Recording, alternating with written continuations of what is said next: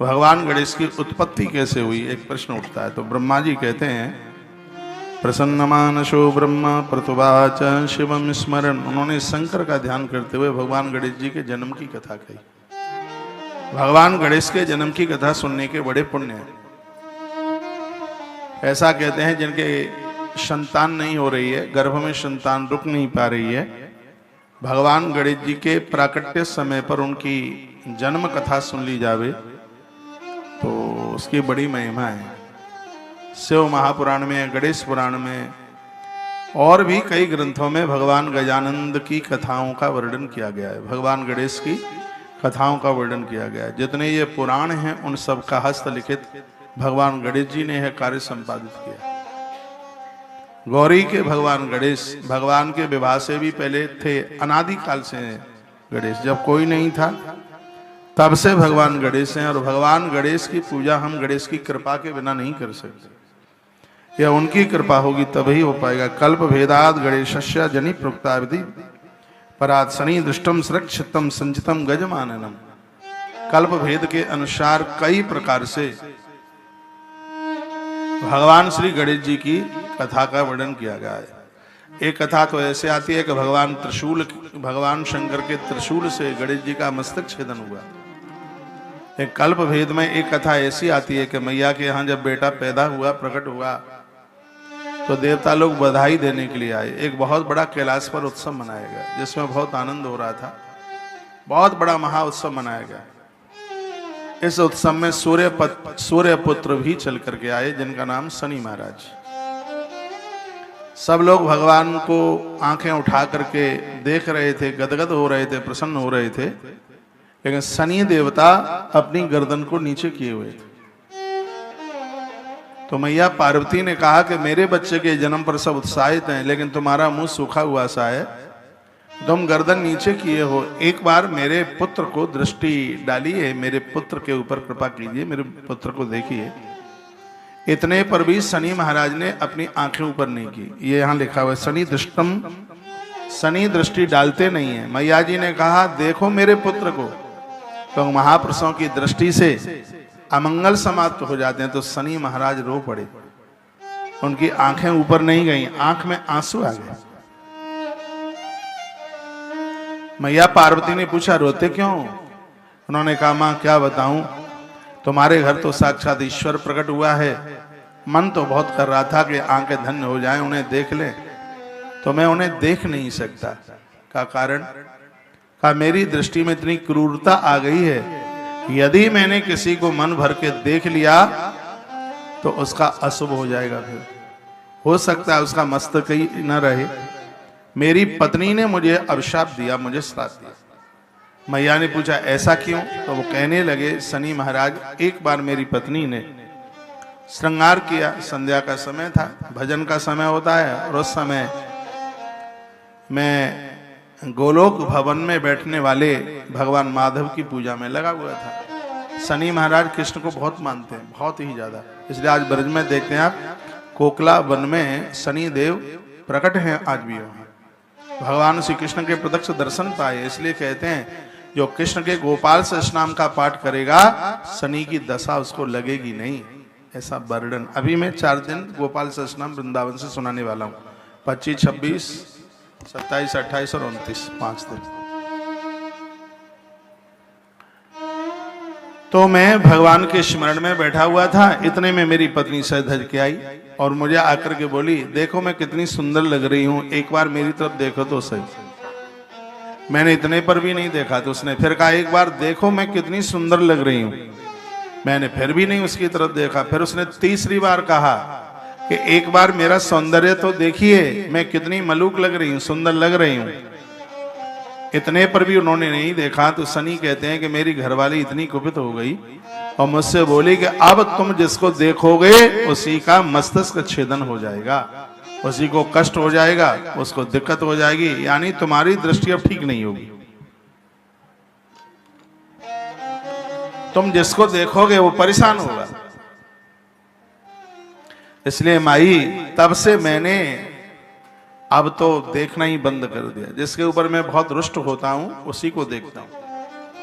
और ऐसा देखता हूं कि कोई तो 2.5 साल परेशान रहता है, कोई 7.5 साल परेशान रहता है, कोई 19 साल परेशान रहता है। मेरी दृष्टि इतनी खतरनाक हो गई है। इसलिए आपका पुत्र है और माँ आपने बड़ी प्रतीक्षा के साथ अपने पुत्र को प्राप्त किया है, इसलिए मैं उसको नहीं देखूंगा। लेकिन मैया नहीं मानी। मैया ने कहा नहीं नहीं नहीं नहीं, आपको दृष्टि डालनी ही पड़ेगी। तो यहाँ ब्रह्मा जी ने यह श्लोक बोला है। विधाता ब्रह्मा कहते हैं कि मैया नहीं मानी तो हे नारद, उसी समय शनि देवता ने इस बच्चे की तरफ निगाह खोल करके देखा। ऐसा भी वर्णन आता है कि शनि महाराज की दृष्टि इतनी खतरनाक हो गई, औंधे मुंह पड़े थे शनि लंका में। हनुमान जी ने जाके मुक्त किया और कहा कि देखो अब इधर उधर। शनि महाराज ने ऐसी दृष्टि से लंका को देखा कि लंका जल के ही राख हो गई। तो शनि देव की जो दृष्टि ब्रह्मा भी बताते हैं, ब्रह्मा जी कहते हैं कि जैसे ही पार्वती सुत की तरफ शनि महाराज ने देखा, उसी समय उस बच्चे का मस्तिष्क छेदन हो गया। देखा, शनि दृष्टम सरुक छिन्नम संचितम गजमानन। उस बच्चे का मस्तिष्क कट गया, शरीर से मस्तिष्क अलग हो गया। एक तो कल्प भेद में इस कथा को ऐसे वर्णन किया। श्वेत कल्प में गणेश जी के जन्म की कथा बताई, कृपालु शंकर जी के द्वारा उनका शिरच्छेदन।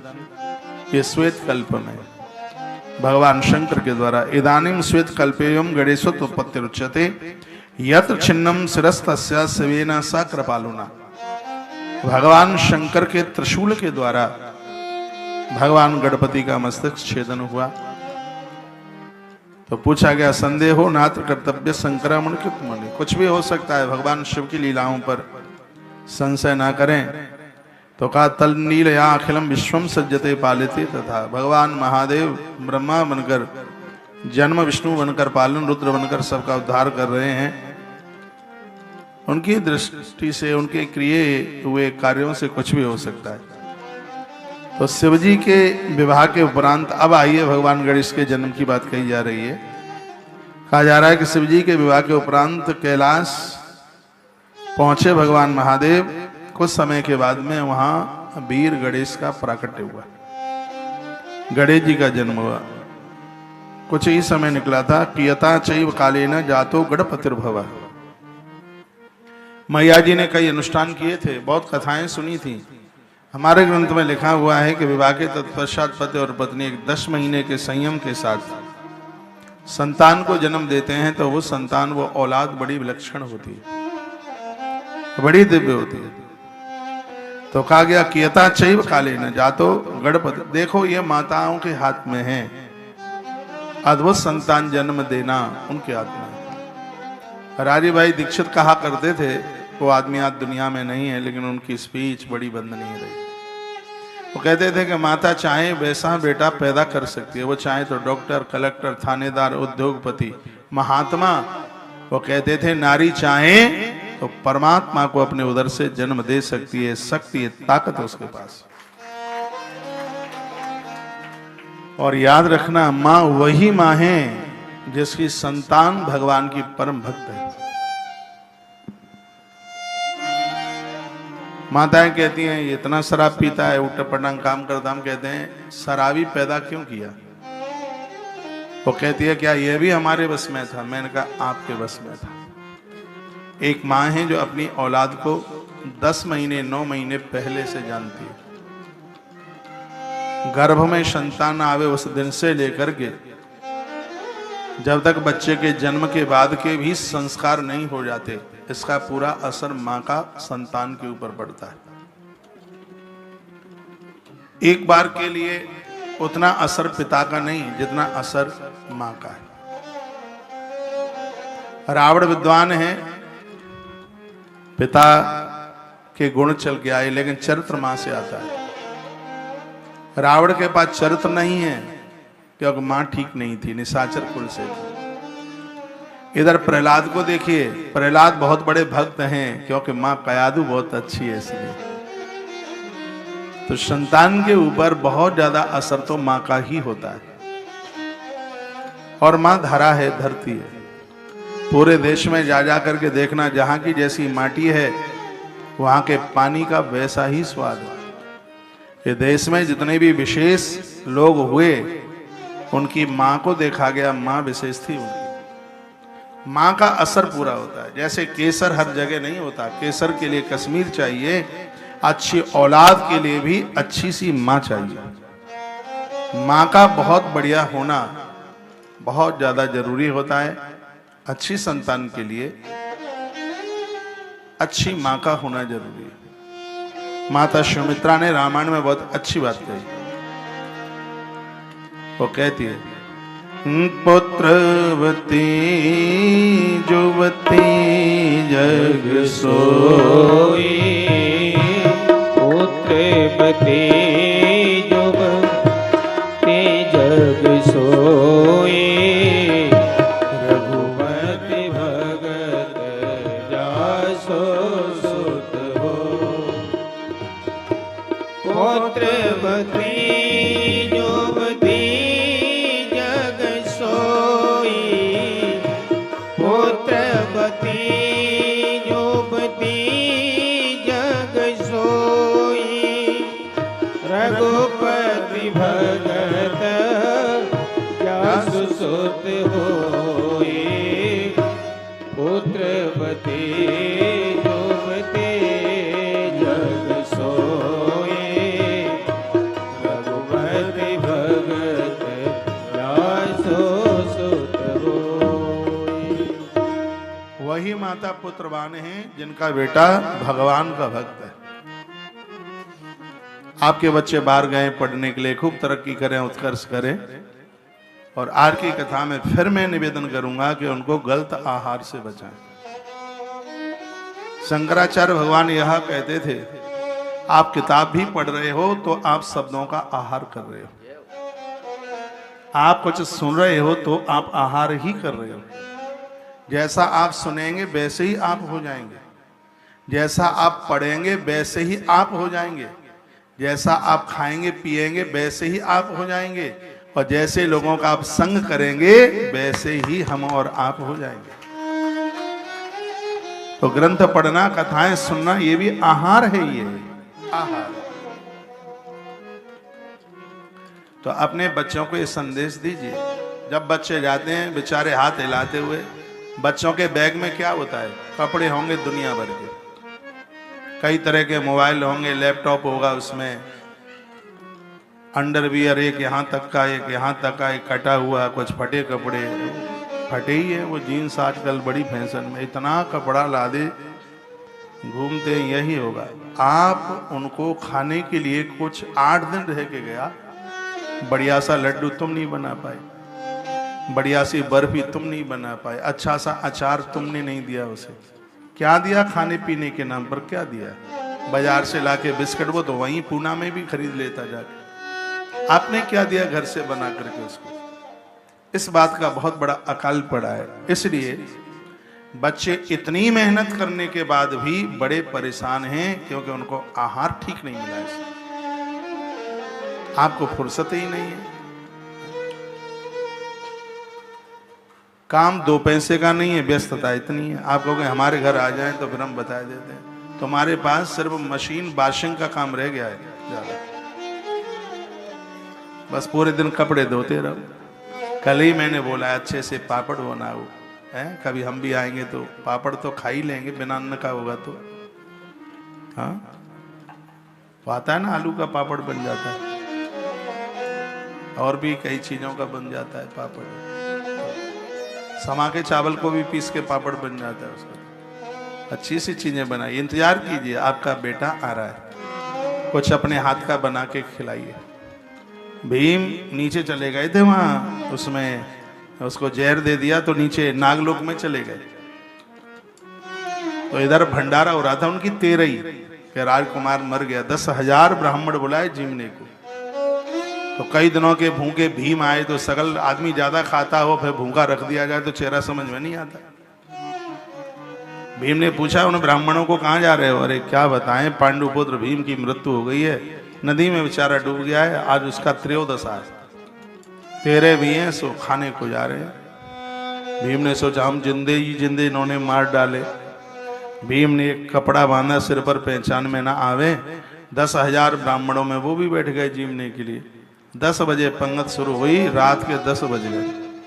बाबाजियों की पंगत का एक नियम है, बीच में से कोई खड़ा हुआ तो चिमटा बजेगा। और भीम लडुआ ही लडुआ सटकावे, खूब खाए। तेरे दिन का भूखा आदमी हो, खाए जोर से। रसोई में जितना था सब खत्म, लड्डू खत्म।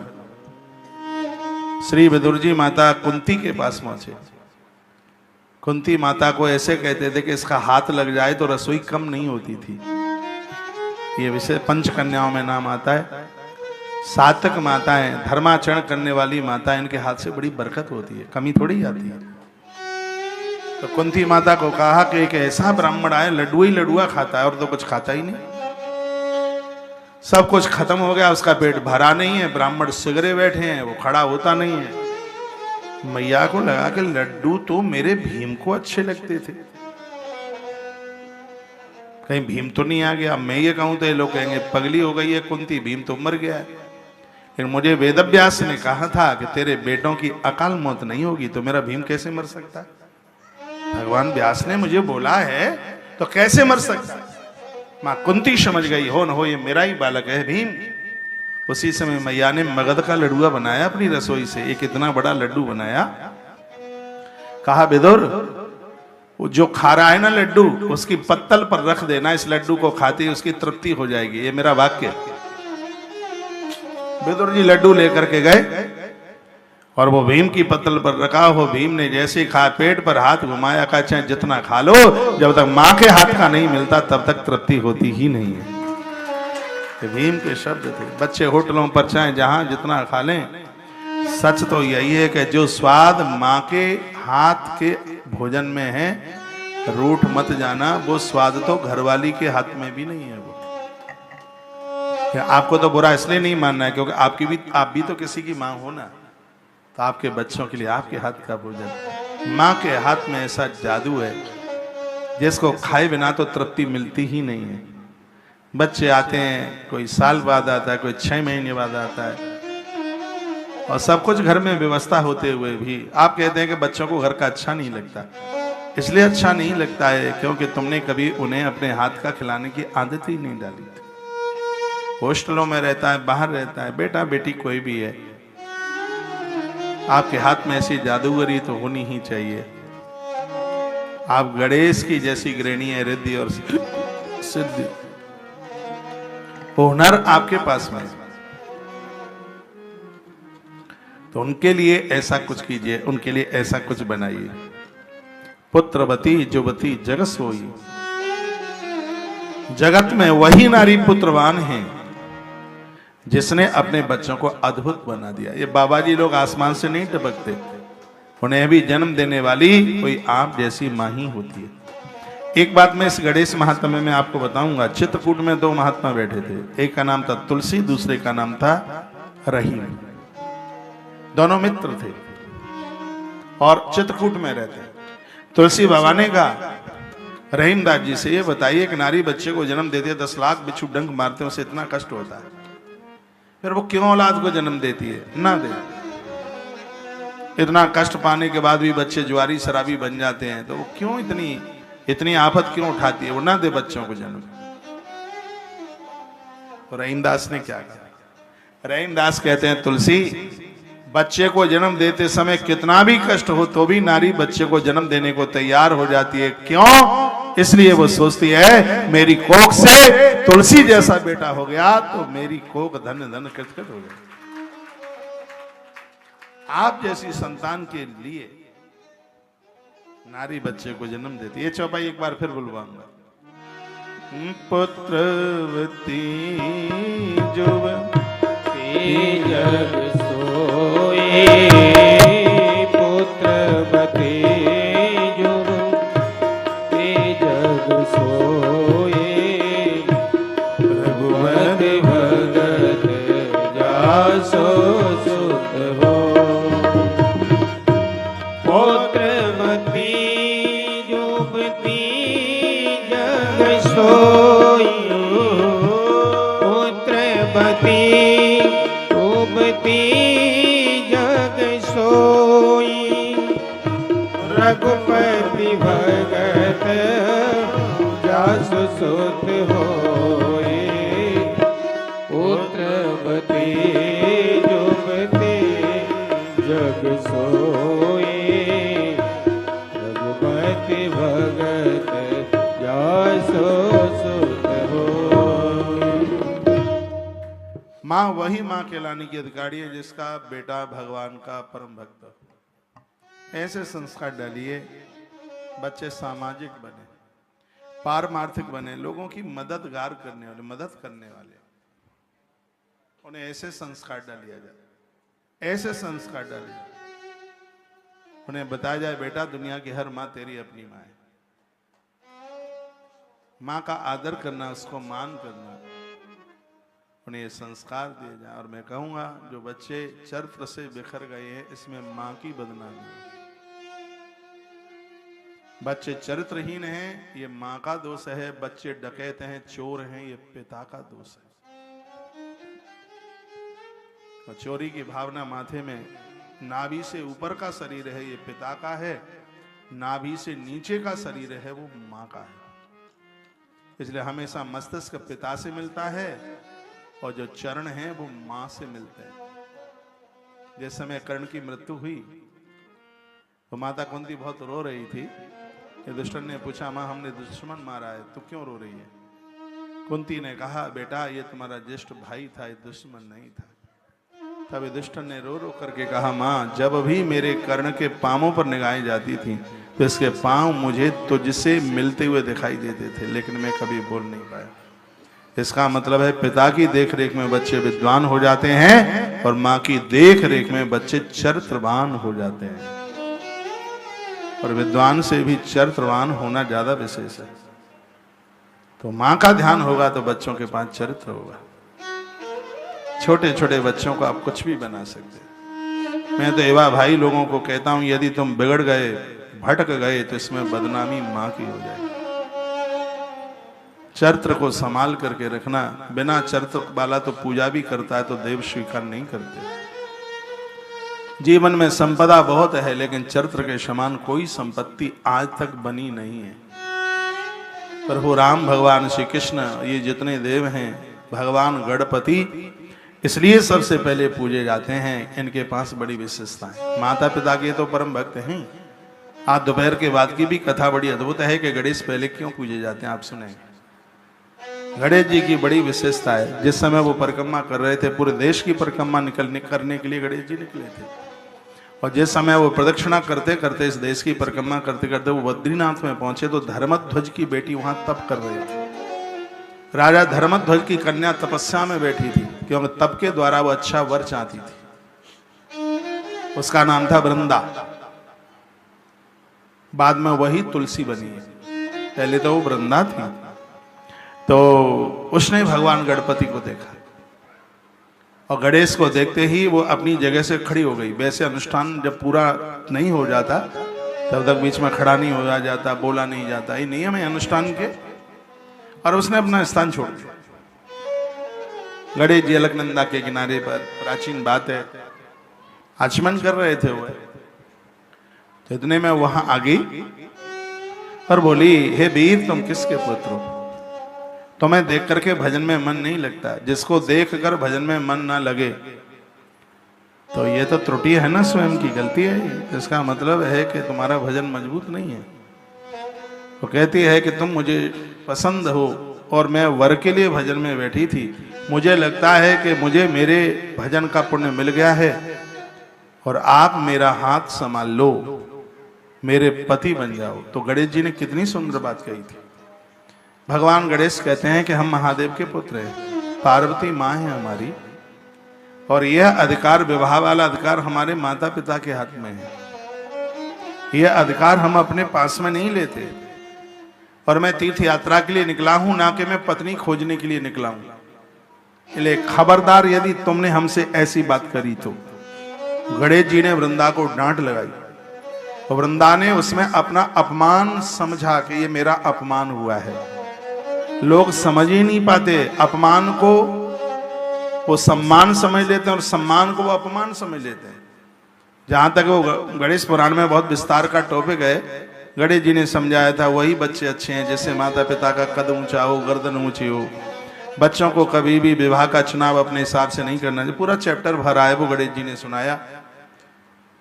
और तुम कैसी हो, माता पिता ने क्या समझा होगा, तुम्हें जन्म दिया है, धिक्कार तुम्हारे लिए, ऐसी तुम्हारी भावना है। वो इसको इतना बुरा लग गया। तपस्विनी तो थी ही, तप में तो बैठी ही थी, तप करते हुए तो वाणी सिद्ध हो जाती है। तो उसने शीघ्र ही श्राप दे दिया और कहा, हे ब्रह्मचारी, तुमने ये कहा है कि मैं आजीवन कुंवारा रहूंगा, भजन करूंगा, तप करूंगा। तो धर्मध्वज की बेटी कहती है तुम बिना विवाह के नहीं रह पाओगे, और एक नहीं तुम्हारे 2 विवाह होंगे, ये मैं तुम्हें श्राप देती हूं। ये वृंदा ने, इसलिए तो गणेश जी के 2 हुए। विश्वकर्मा जी ने अपनी 2 बेटी दे दी थी उन्हें, सिद्धि बुद्धि कथा थी उसमें। कहीं सिद्धि को रिद्धि भी, बुद्धि को रिद्धि भी कहते हैं। तो भगवान गणेश ने कहा कि चल तूने अपने मन की कर ली, हम लोग तो विवाह करने के बाद भी संयमित रहेंगे, देव पुत्र हैं, याद रखिएगा तू। लेकिन तूने जो काम किया है ये तेरी मानवता को छीन कर गया। तो देव प्राप्त करने के लिए देव तुझे दुल्हा वर के रूप में मिले, तो ये शंकर का पुत्र तुझे भी श्राप देता है, तुझे पति के रूप में राक्षस मिलेगा, निशाचर मिलेगा, मेरा श्राप है। इसलिए वृंदा को शंखचूड़ मिला। राक्षस था, दैत्य था वो। बहुत रोने लगी, बहुत ही ज्यादा उसने उद्दंड किया, यहां तक कि चरण पकड़ लिए। गणेश जी को दया आई और कहा कि इस शरीर को छोड़कर तू तुलसी का वृक्ष बनेगी। भगवान गजानंद ने कहा तुलसी के वृक्ष के रूप में तेरा जन्म होगा। किसी कारणवश भगवान नारायण पत्थर की शिला सालग्राम बनेंगे और तू भगवान को समर्पित होगी, नारायण को तू समर्पित होगी। देव तुझे स्वीकार करेंगे, लेकिन मैं तुझे कभी स्वीकार नहीं करूंगा। जिसने तुझे मेरे ऊपर चढ़ा दिया उसके यहां घोर गरीबी चल के आ जाएगी, तंगी आ जाएगी, उसका धन नष्ट हो जाएगा, समाप्त हो जाएगा। ऐसा भगवान गणेश ने श्राप दिया। और कहा इतना ही नहीं, सूर्य साक्षी है, इस समय सूर्य साक्षी है, रविवार का दिन है, मेरा श्राप ये भी है तेरे लिए। यदि जिसने रविवार को तुझे तोड़कर नारायण के ऊपर चढ़ाया, रविवार को तुझे तोड़ा, तेरी पत्तियों को तोड़ा, रविवार के दिन वैष्णव लोग भी तुझे तोड़ेंगे नहीं। इसलिए रविवार के दिन तुलसी नहीं तोड़ी जाती, नीचे पड़ी हुई है वो भगवान के ऊपर चढ़ा देते हैं, पहले से व्यवस्था कर लेते हैं। एकादशी के दिन भी तुलसी नहीं तोड़ी जाती, क्योंकि 11 के दिन वो व्रत करती है तुलसी। उस दिन आप बंधन कर सकते हैं, पूजन कर सकते हैं, लेकिन तुलसी पत्र तोड़ नहीं सकते। गणेश जी के ऊपर तो तुलसी चढ़ती ही नहीं, गणेश के ऊपर।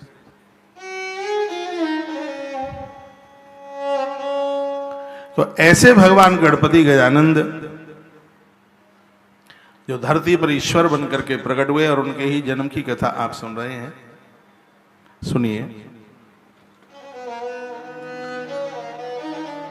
12:30 से ज्यादा बज गया है। आप ऐसा मन बना के तो नहीं आए कि अब हम 4 बजे नहीं आएंगे, है? 4 बजे वाली कथा 20 टॉप है, समझ लो। एक दुकान पर लिखा हुआ था 10 टॉप, 10 टॉप, लेकिन हमारी कथा तो आज की 20 टॉप है, 20 टॉप। अद्भुत कथा है, आनंद आ जाएगा। आज ही की तो कथा है, कल तो मुझे भी सुबह निकलना है। सुबह पूजा पाठ से फ्री होता हुआ फिर मैं निकलूंगा आगे के लिए। पानी बहता भला, हम लोग चलता भला, बस बह रहे हैं नदियों की तरह, आज यहाँ कल वहां परसों वहां। बस यह जीवन है, जीवन का आनंद है। कोई भी चीज तो टिकाऊ है नहीं, दुनिया है, दुनिया सरक रही है। 2 दिन कुछ बोलने का सौभाग्य, प्रोग्राम तो ऐसा रखा गया था शुरू में कि मैं और मेरे साथ में एक आध जन, बस ऐसे ही आप लोगों से मुलाकात हो जाएगी, कुछ बातें आपसे कर लेंगे। लेकिन भगवान गजानंद की ऐसी इच्छा थी, ये 2 दिन फिर हमें उनकी सेवा करने का सौभाग्य प्राप्त हुआ, शब्दों के द्वारा, वाणी के द्वारा। जो भी कुछ यहाँ से बोला जा रहा है यह उन्हीं की कृपा से ही बोला जा रहा है। पत्ता तक हिलता नहीं, उनकी कृपा के बिना तो पत्ता नहीं हिल सकता, हम लोग कैसे हिल जाएंगे। बस आग्रह पूर्वक मैं निवेदन करूंगा, आपके मंदिर में बहुत देवता हैं, 5 देवों को जरूर पूजिए, जिनमें 1 नंबर पर गणेश जी हैं, दूसरे नंबर पर माँ भगवती है जगदम्बा, भगवान विष्णु हैं, भगवान महादेव हैं और